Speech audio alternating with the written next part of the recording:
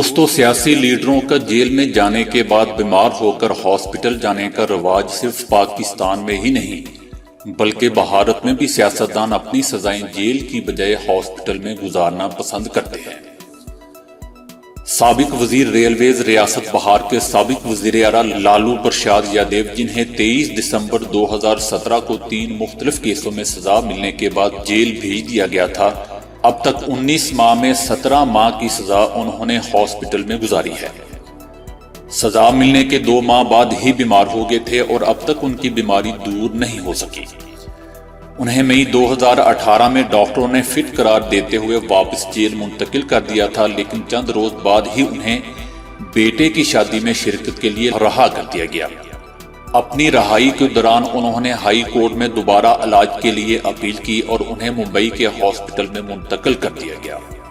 ایران نے کہا ہے کہ امریکہ سے مذاکرات ہو سکتے ہیں اگر اس کا ایجنڈا مقرر کیا جائے اور ٹھوس نتائج برآمد ہوں۔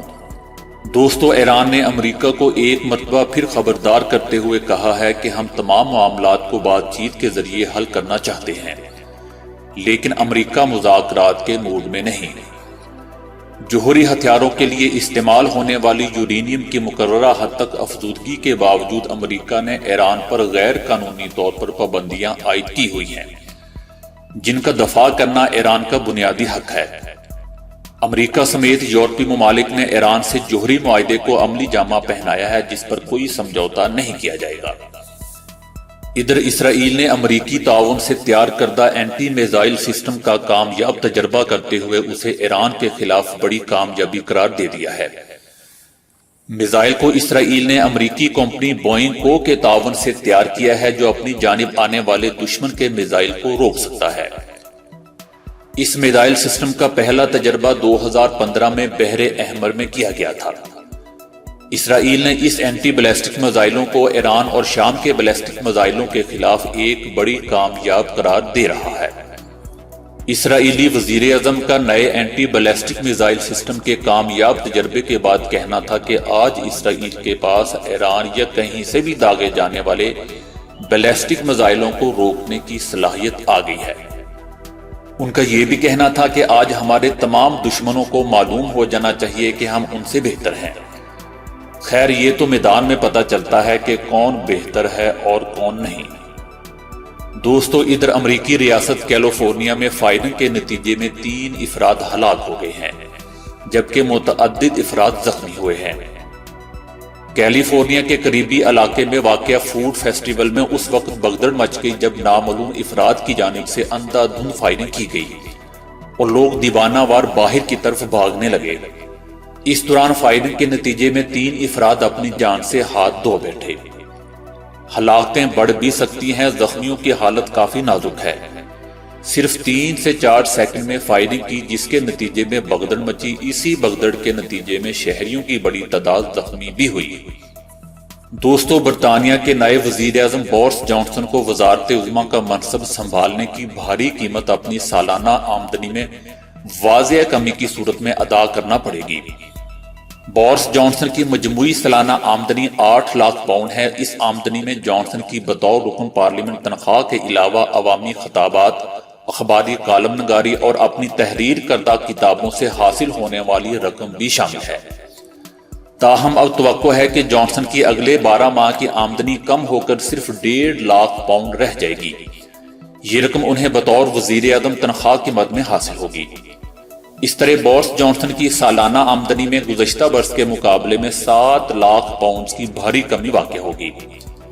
اس کی وجہ یہ ہے کہ جانسن کو وزارت عظمیٰ کے منصب پر رہتے ہوئے دیگر سرگرمیاں انجام دینے کی ممانعت ہوگی، لہٰذا اب وہ نہ تو اخبار کے لیے کالم لکھ سکیں گے اور نہ ہی آمدنی کی غرض سے لیکچر دے سکیں گے۔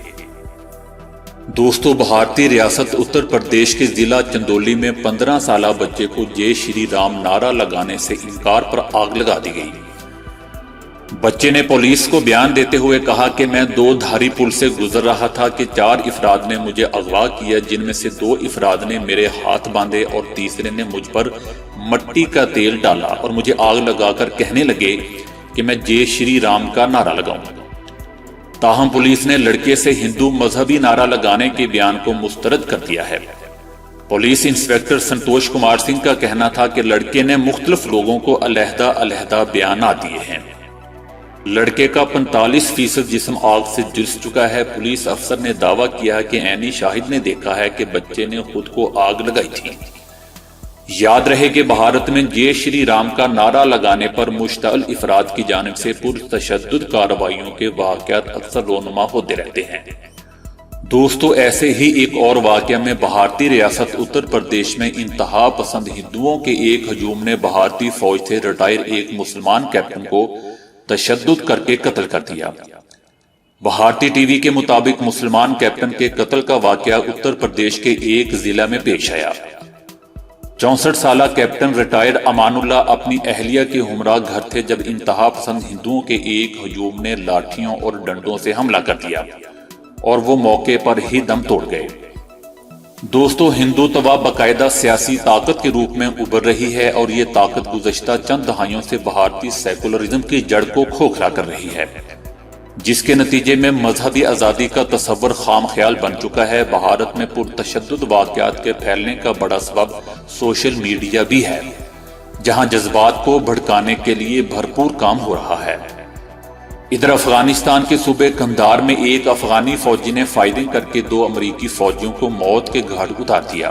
رواں سال افغانستان میں حملوں کے دوران مارے گئے امریکی فوجیوں کی تعداد 14 ہو گئی ہے۔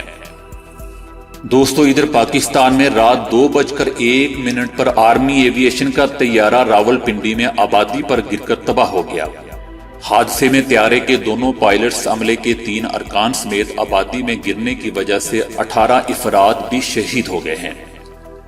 ISPR کے مطابق طیارہ معمول کی تربیتی پرواز پر تھا۔ شہید ہونے والوں میں pilot lieutenant colonel Saqib, lieutenant colonel Waseem, نائب صوبیدار افضل، حوالدار اربن امین اور حوالدار رحمت شامل ہیں۔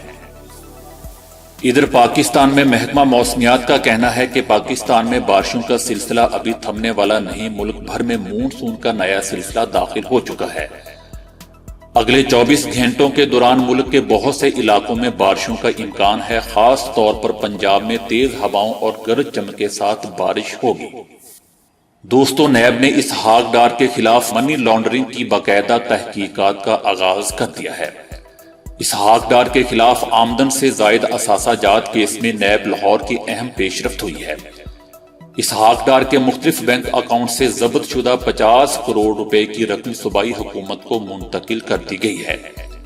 اسحاق ڈار کا گلبرگ میں واقع 5 کنال رقبہ پر محیط بنگلہ بھی ضبط کر لیا گیا ہے اور حکومت پنجاب کو پابند کیا گیا ہے کہ مذکورہ بنگلہ کو فروخت کر کے حاصل ہونے والی رقم قومی خزانے میں جمع کروائی جائے۔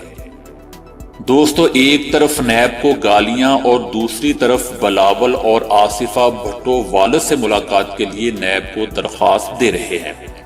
درخواست میں کہا گیا ہے کہ والد کی صحت اور قانونی امور پر مشاورت کرنی ہے، لہذا ملاقات کے لیے شام 6 بجے کا وقت دیا جائے۔ دوستو، ٹیکنالوجی کی خبر میں ایک امریکی کم عمر نوجوان نے کمپیوٹر گیمز فورٹ نائٹ مقابلہ جیت کر $3 ملین مطلب 48 کروڑ روپے کمانے کا ریکارڈ بنا لیا ہے۔ کسی بھی الیکٹرانک سپورٹس گیم میں جیتنے والوں میں $30 ملین کی بڑی رقم پہلی بار تقسیم کی جائے گی۔ New York Arthur Ashe stadium میں منعقد ہونے والے مقابلے میں 16 سالہ گیر سٹوف نے سولو ایونٹس اپنے نام کر لیا ہے۔ دوستو، ادھر بھارت کی ایک ارب پتی کاروباری شخصیت اور VIP نمبروں کے شوقین نے حال ہی میں دبئی میں ایک آن لائن نیلامی میں ایک موبائل فون نمبر $1 ملین یعنی 16 کروڑ روپے سے زائد میں خرید لیا۔ بلوندر سہانی المعروف ابو صباح نے اماراتی ٹیلی کام کمپنی ڈو سے آن لائن نیلام کے لیے پیش کردہ موبائل فون نمبر 45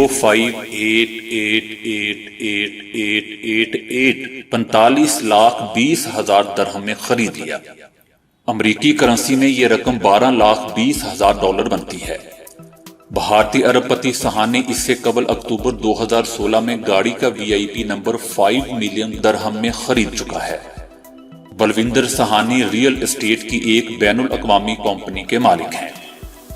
دوستو، یاد رہے کہ انڈیا کے صرف ایک ضلع شیو پور میں 2018 میں 57,000 یعنی 57,000 بچوں نے غذائی قلت کی وجہ سے دم توڑ دیا تھا۔ دوستو، پاکستانی شائقین کرکٹ نے ملکی تاریخ کے عظیم ترین ٹیسٹ میچز میں سے چنائی ٹیسٹ کو ووٹنگ کی بنیاد پر بہترین ٹیسٹ قرار دے دیا ہے۔ پاکستان کرکٹ بورڈ کی جانب سے کروائی گئی آن لائن ووٹنگ میں 65% شائقین کرکٹ نے چنائی ٹیسٹ کے حق میں ووٹ ڈالے۔ 1954 کا اوول ٹیسٹ، 1987 کا بنگلور ٹیسٹ اور 1994 کا کراچی ٹیسٹ میں ووٹنگ کے مقابلے شامل تھے، لیکن اپنی سنسنی محنت، ٹیم ورک اور اعصاب پر قابو رکھنے کے اعتبار سے 99 کا چنائی ٹیسٹ کو بہترین ٹیسٹ میچ قرار دیا گیا۔ وسیم اکرم کی کپتانی میں اس ٹیسٹ میچ میں پاکستان نے پہلے کھیلتے ہوئے معین خان اور محمد یوسف کی نصف سینچریوں کی بدولت 238 رن اسکور کیے تھے۔ بھارت کے انیل کمبلے نے 70 رنز کے حوض 6 وکٹیں لی تھیں۔ اس کے جواب میں بھارت کی پوری ٹیم نے 254 رنز بنائے۔ پاکستان کی جانب سے ثقلین مشتاق نے 94 رنز کے حوض 5 اور شاہد آفریدی نے 31 رنز کے حوض 3 وکٹیں لی تھی۔ پاکستان کی دوسری اننگز میں شاہد آفریدی کے 141 اور انضمام الحق کی 51 رنز کی اننگز کی بدولت 286 رن اسکور کیے اور انڈیا کو فتح کے لیے 271 رنز کا ہدف دیا تھا۔ پرساد نے 33 رنز کے حوض 6 وکٹیں لی تھیں۔ ہدف کے تعاقب میں بھارتی ٹیم صرف 82 رنز پر 5 وکٹوں سے محروم ہو گئی تھی، لیکن اس موقع پر سچن ٹنڈولکر کے ساتھ نین مونگیا وکٹ پر ڈٹ گئے اور دونوں نے چھٹی وکٹ کے لیے 136 رنز کی شراکت قائم کر کے فتح کی دیوار کے اوپر چڑھ گئے۔ اب صرف دیوار پھلانگنا رہ گیا تھا کہ مونگیا 52 رنز پر پویلین لوٹ گئے تو پاکستان کی جیت کی امید ایک بار پھر پیدا ہو گئی، لیکن ٹنڈولکر قومی ٹیم اور فتح کے بیچ حائل تھے اور سکور کو 254 تک لے گئے۔ اس موقع پر ثقلین مشتاق کی ایک گیند پر بڑا شاٹ کھیلنے کی غلطی ٹنڈولکر کو بہت مہنگی پڑی اور وہ اپنی وکٹ، جبکہ بھارت نے یہ ٹیسٹ میچ ہی گوا دیا۔ اس کے بعد محض 4 رنز کے اضافے سے بقیہ 3 بلے باز بھی پویلین لوٹ گئے اور پاکستان سنسنی خیز مقابلے کے بعد 12 رنز سے جیت گیا۔ وسیم اکرم نے کہا کہ آج بھی اس میچ کے بارے میں سوچ کر رونگٹے کھڑے ہو جاتے ہیں۔ دوستو، میں بتاتا جاؤں کہ اس ٹیسٹ میچ کی ایک گیند میں نے بھی براہ راست دیکھی تھی۔ آج یہ خبر سناتے ہوئے میرے بھی رونگٹے کھڑے ہو رہے ہیں۔ واہ، کیا کلاسک ٹیسٹ میچ تھا۔